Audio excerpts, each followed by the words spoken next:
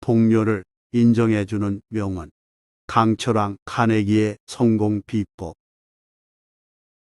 스코틀랜드에서 태어난 미국 사업가 앤드류 카네기는 집안 형편 때문에 마을 학교에 다니는 것으로 정규 교육을 마쳐야 했지만 그 어린 시절에 이미 사업수완에 남다른 재능을 보였습니다.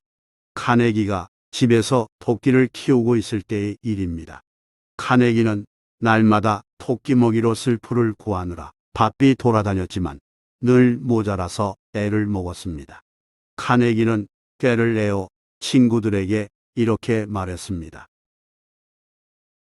민들레나 클로버를 뜯어서 내게 갖다 주면 토끼가 새끼 낳았을 때 그 친구 이름을 붙여줄게.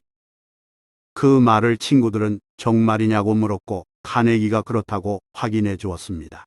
카네기의 약속은 효과가 있어서 학교 수업 없는 토요일이면 친구들은 너나 할 것 없이 다투어 경쟁적으로 온종일 토끼 모기를 모았습니다.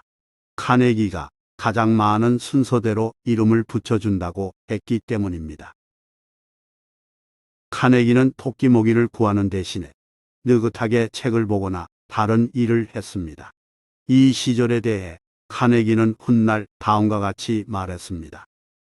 이 계획은 조직력 표현의 시초이며 나는 이를 발전시켜 물질적 성공을 거두었다. 그러니 이 시절의 추억은 참으로 소중하다.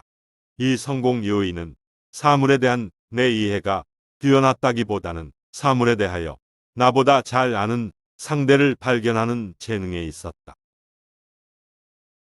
카네기는 1848년 가족과 함께 미국으로 건너가 공장에서 일했습니다. 그 무렵 공장에는 다이너마이트라는 별명을 가진 말썽꾸러기 직봉 보비가 있었습니다. 어느 날 보비는 고분고분하지 않은 카네기에게 싸움을 걸었습니다. 만만해 보이는 카네기가 도무지 자기에게 머리를 숙이지 않아 건방지다는 이유에서였습니다. 하지만 싸움은 카네기의 승리로 끝났고 보비는 미안하다며 사과한 후 친구가 되자고 말했습니다. 그런데 며칠 지나지 않아 보비는 불성실하다는 이유로 공장에서 쫓겨났습니다. 그 다음 날 카네기는 퇴근하고 집에 들어서자마자 무척 당황했습니다.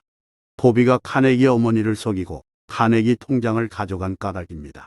카네기는 생각에 잠겼습니다. 그리고 다음 날 보비를 찾아갔습니다.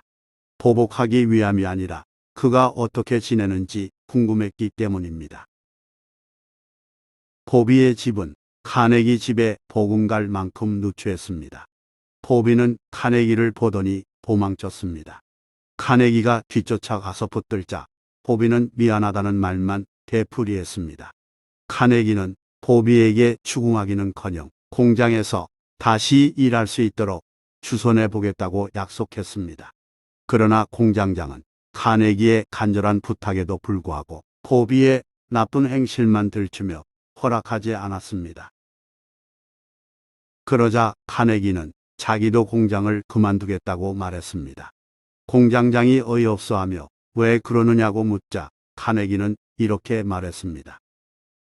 보비에게 일자리를 마련해 주겠다고 간단히 약속했는데 어떻게 저 혼자만 일할 수 있겠습니까? 저는 약속을 어길 수 없습니다. 그 말을 들은 공장장은 황당한 표정을 지으며 단호히 말했습니다. 그럼 내 마음대로 해.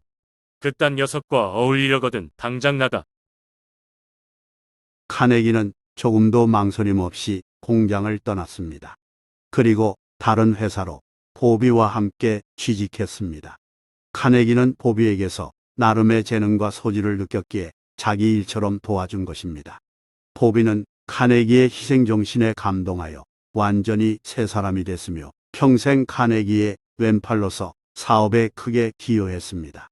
이처럼 저마다 가진 능력과 가능성을 정확히 파악하고 그에 알맞은 일을 시키는 능력이 카네기의 으뜸 사업 수완이었습니다.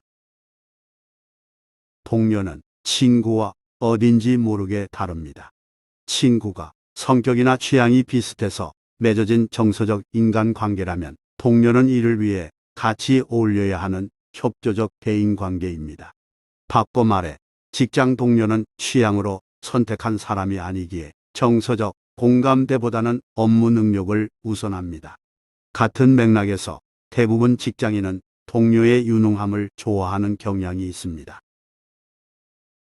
18세기 영국 작가 제임스 보즈웰은 일찍이 그런 점을 간파하여 1763년 런던 저널에서 다음과 같이 말했습니다. 동료는 상대의 유능함을 좋아하나 친구는 그 사람 자체를 좋아한다. 보즈웰의 말대로 유능해야만 동료에게 인정받을 수 있을까요? 꼭 그렇지는 않습니다. 오히려 유능보다는 친절이 더 끌리는 매력으로 통합니다. 벤저민 프랭클린은 친절을 대인관계 핵심으로 꼽으며 친절은 상급자에겐 의무, 동료에겐 예절, 하급자에겐 고결함이 된다라고 강조했습니다. 흥미롭게도 친절의 대상이 자신일 때 그 효과는 더욱 큽니다. 그 점을 일찍 깨달은 프랭클린은 친하게 지내고 싶은 동료에게 책을 잠시 빌려달라고 부탁하곤 했습니다. 그러면 그 사람은 프랭클린에게 먼저 말을 걸어오고 이전보다 훨씬 친절히 대해줬다고 합니다. 내가 친절을 베푼 사람보다 내게 친절을 베푼 사람이 더 내게 친절을 베풀려고 한다.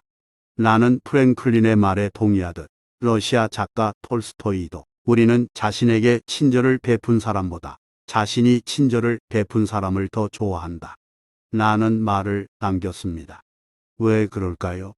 미국 제2대 대통령 존 애덤스는 1790년 신문 지면에 실린 다빌라 담론에서 동료에게 인정받고자 하는 심리를 다음과 같이 말했습니다. 자기 동료로부터 관심을 받고 존중받고 칭찬받고 사랑받고 존경받으려는 욕망은 인간의 마음속에서 발견되는 가장 원초적이며 가장 예리한 성질 중 하나다. 예컨대 동료와 잘 지내고 싶다면 그에게 간단한 도움을 청하여 유대 관계를 맺고 이후 친절히 대하세요. 그러면 동료는 더 큰 친절을 베풀게 됩니다. 거기에 유능함까지 갖췄다면 더할 나위 없이 완벽할 것입니다.